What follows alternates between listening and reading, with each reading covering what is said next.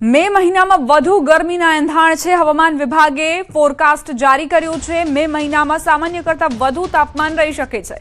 મે મહિનામાં હીટવેવના દિવસો વધારે રહી શકે છે। સૌરાષ્ટ્રમાં વધુ હીટવેવની સંભાવના। સામાન્ય કરતાં 3 થી 4 દિવસ વધુ હીટવેવ રહી શકે છે। મે મહિનામાં વધુ પ્રમાણમાં પ્રી મોન્સૂન એક્ટિવિટી જોવા મળશે। હવામાન વિભાગે મે મહિનાનું પૂર્વાનુમાન જાહેર કર્યું છે।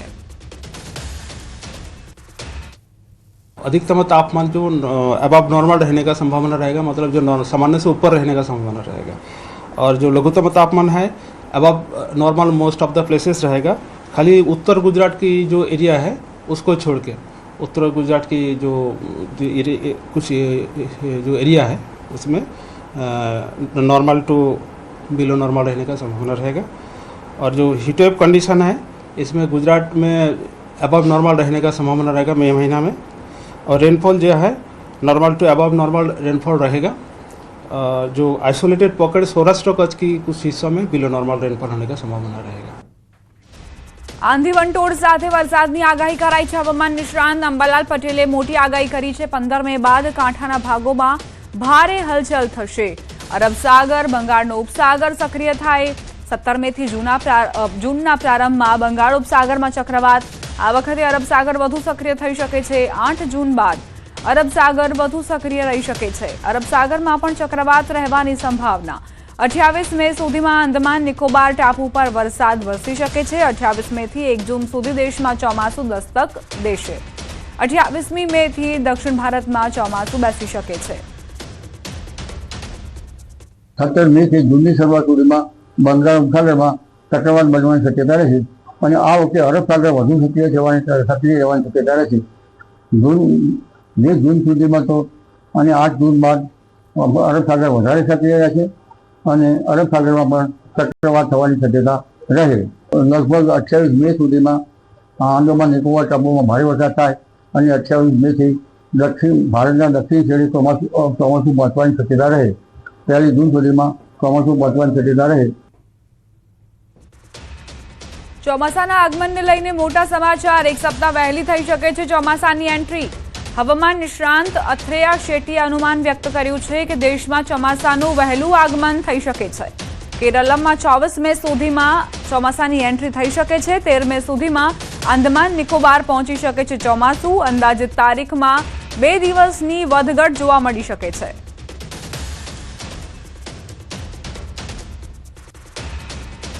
जो सामान्य प्री मानसून बारिश रहती है वो आ सकती है। और फिर अगर हम देखें तो क्योंकि फिर आखिर में जब तक मई के आखिर में मानसून केरल के आसपास पहुंचने की उम्मीद है तो फिर इसके बाद में अरब सागर में जो हलचल होगा उसके ऊपर से उसका असर पड़ेगा कि अभी अगले 15 दिन में मानसून अंडमान निकोबार तक पहुंच जाएगा। अंडमान निकोबार पहुंचने की सामान्य तारीख लगभग 15 मई के आसपास है। तो इस साल पिछले साल के जैसे ही लग रहा है कि फिर से एक बार अंडमान निकोबार में जल्दी पहुंचेगा, लगभग 13 तारीख के आसपास। और फिर इसके बाद में आगे बढ़ते हुए केरलम में भी सामान्य से लगभग 5 से 6 दिन जल्दी पहुंचने का अनुमान है, यानी लगभग 25 मई के आसपास। ऊंचा तापमान छતાં સહન નહીં કરવી પડે લૂ। પવનનું જોર વધવાથી 7 મે સુધી લૂ નહીં પડે। હવામાન નિષ્ણાંત અથરેયા શેટ્ટીએ જાહેર કર્યું 7 મે સુધીનું अनुमान। કેટલીક જગ્યાએ 42 ડિગ્રી સુધી પહોંચી શકે છે તાપમાન। 30 થી 60 કિલોમીટરની ઝડપથી પવન ફૂંકાશે। દરિયાઈ પટ્ટી દક્ષિણ ગુજરાતમાં 33 થી 35 ડિગ્રી રહેશે તાપમાન।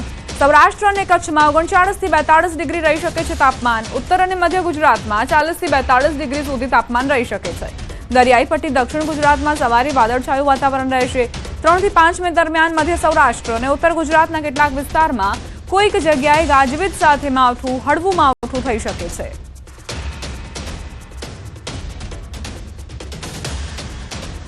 ચોમાસાને લઈને એક બાદ એક આગાહીકારો મોટી આગાહી કરી રહ્યા છે। આગાહીકાર રજનીકાંત લાલાણીની મોટી આગાહી પણ જાણી લઈએ।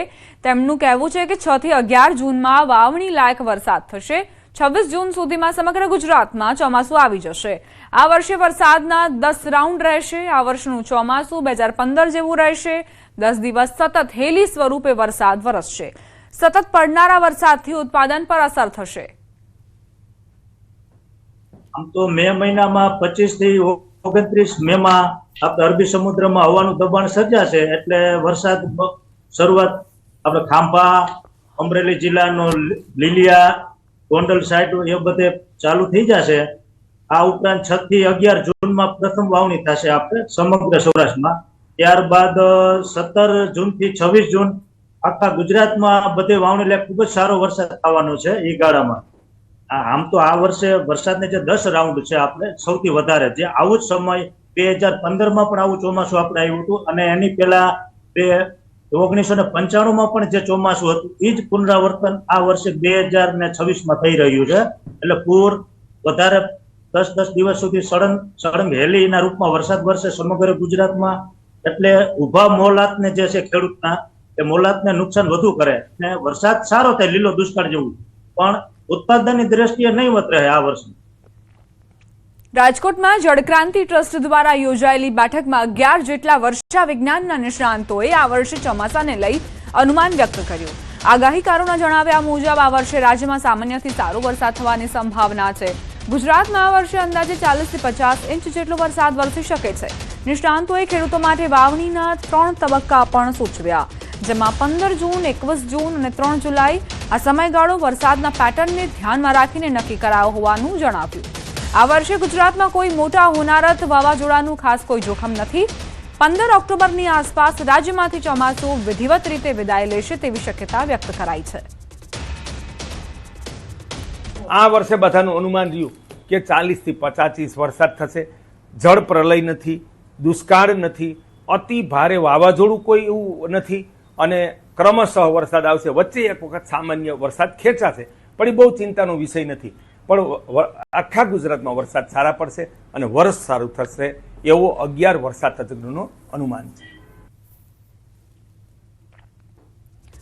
રાજ્યમાં સામાન્યથી સારો વરસાદ થવાની સંભાવના વ્યક્ત કરવામાં આવી છે. વર્ષા વિજ્ઞાન સાથે જોડાયેલા લોકોની એક બેઠક મળી હતી અને તેમાં એવી જાણકારી આપવામાં આવી છે કે અત્યારે ગુજરાતમાં કોઈ મોટા વાવાઝોડાનું જોખમ નથી.